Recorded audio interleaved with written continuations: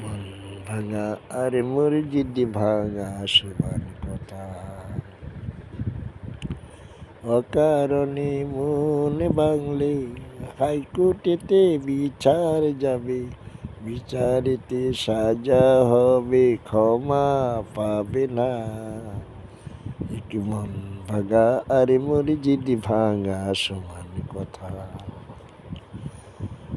আল্লাহর পিয়ার বান্দা যখন দুই হাত তুলে করে আসন, আল্লাহর পিয়ার বান্দা যখন, আল্লাহর পিয়ার বান্দা যখন দুই হাত তুলে করে আসন, পূর্ণ করি মনের বাসন, যদি কিছু চাই।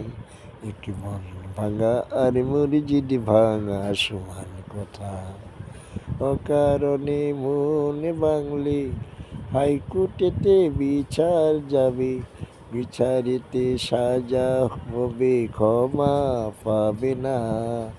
এক মন ভাঙা আর মসজিদ ভাঙা সমান কথা। এই